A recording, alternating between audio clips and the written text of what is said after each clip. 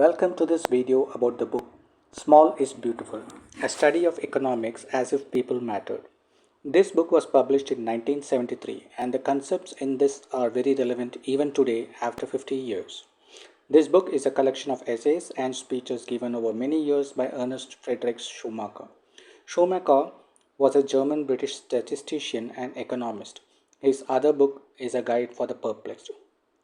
At this point in this video, I wish to make a disclaimer that I am not an expert in economics, but this is my humble attempt in a small way to disseminate voices espousing alternate ways of life and thought. If I have introduced at least a handful of people to E.F. Schumacher, then my objective is met. Schumacher was economic advisor to the National Coal Board in United Kingdom from 1950 to 1970. He held multiple posts in different governments in many countries and was consulted on problems in rural development. He was the first of the holistic thinkers of the modern green movement. In 1955, during his travels to Burma, he developed a set of principles he called Buddhist economics. In this video, we will visit the second chapter of the book. The name of this chapter is Peace and Permanence. Schumacher visits the main drivers of mainstream economics and critically questions the underlying assumptions. One of this assumption is that the foundation for peace is universal prosperity. As we keep attaining economic growth, more and more people will get added to the ranks of wealthy until everyone is rich and prosperous. This dream that you can also become rich is sold to everyone, and this is the dream that provides nourishment to the system. The second assumption is that the road to peace is to follow the road to riches.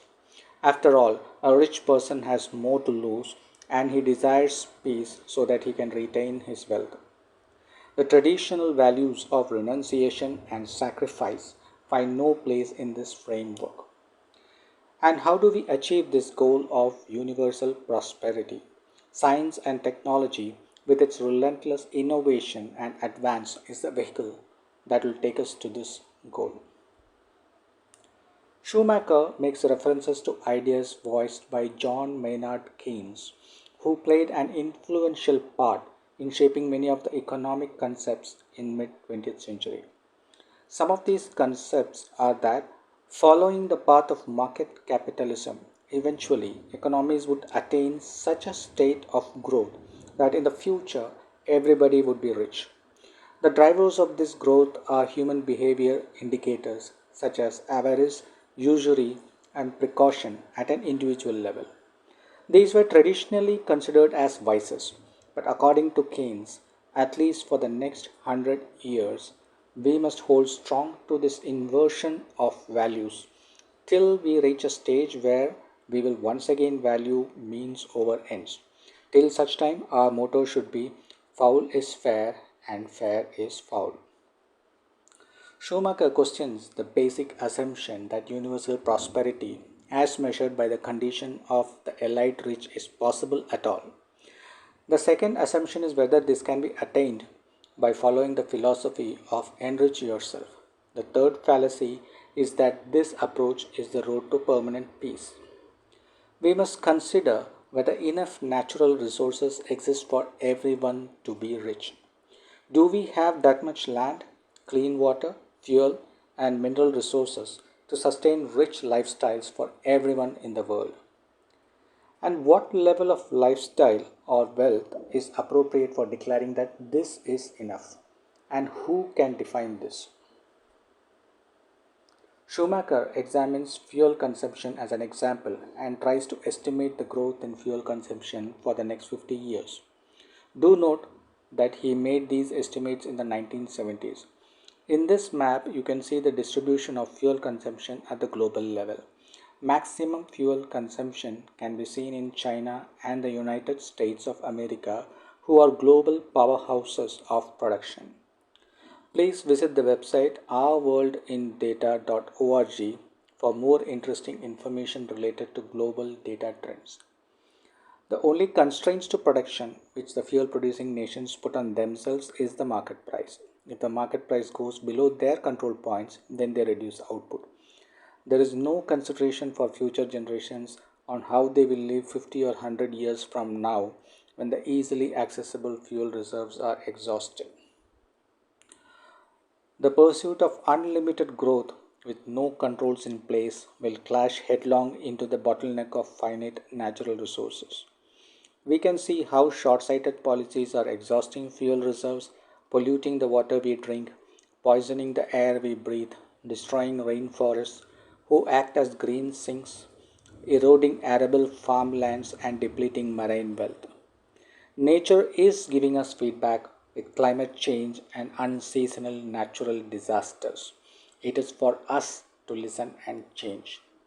We arrogantly believe that human ingenuity will triumph using tools of science and technology. But our heavy handed use of violent technology spawns 10 new problems for each problem that it resolves. If we examine the pursuit of unlimited growth for the sake of growth, we can see there are two main material constraints: finite availability of natural resources and the impact on the environment. The drivers of economic growth are the twin impulses of greed and envy, which are promoted in our consumerist and materialistic society. This upends the traditional wisdom that avarice is a vice, usury is a misdemeanor, and love of money is detestable. At the individual level, the systematic cultivation of greed and envy ends up in the collapse of intelligence and wisdom. By leading us into a vicious spiral, it destroys peace. At the societal level, this pursuit may result in the increase of gross national product as measured by economists and statisticians. However, the fundamental issues of society get mired in a quagmire of complexity that our modern systems are unable to provide a lasting resolution. The competition for resources to fuel unlimited growth also creates geopolitical tensions and risks to peace.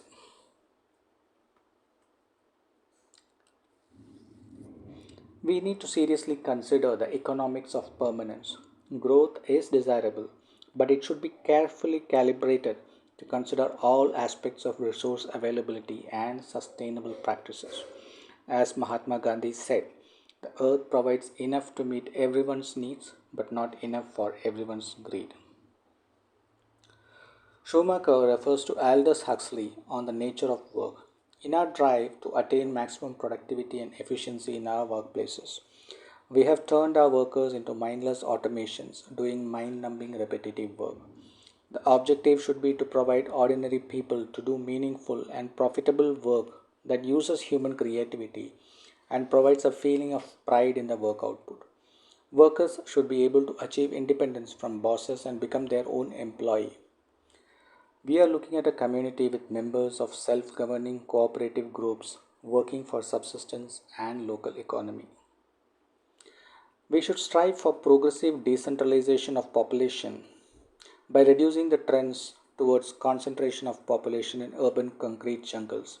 Accessibility of land should be decentralized, moving away from consolidation of land in a few hands. Ownership of means of production should be decentralized into many small enterprises instead of huge conglomerations. Political and economic power should be decentralized into millions of small local communities. This will result in more humanly satisfying work that fulfills the creative urges of humans. There will be a greater measure of self governing democracy. How to overcome greed and envy at the individual level and then apply it at the societal level. We should all try to become less greedy and envious by ourselves. We should scrutinize our needs and see if they can be simplified and reduced.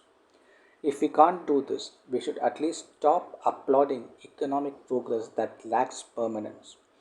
And if we can't take action by ourselves, we can at least support those who work for nonviolence as conservationists, ecologists, protectors of wildlife, promoters of organic agriculture, distributors, or cottage producers. And finally, at my personal level, my attempt is to propagate these ideas to people who have not been exposed to them. So, with this, we come to an end of chapter 2. See you in a later video for the subsequent.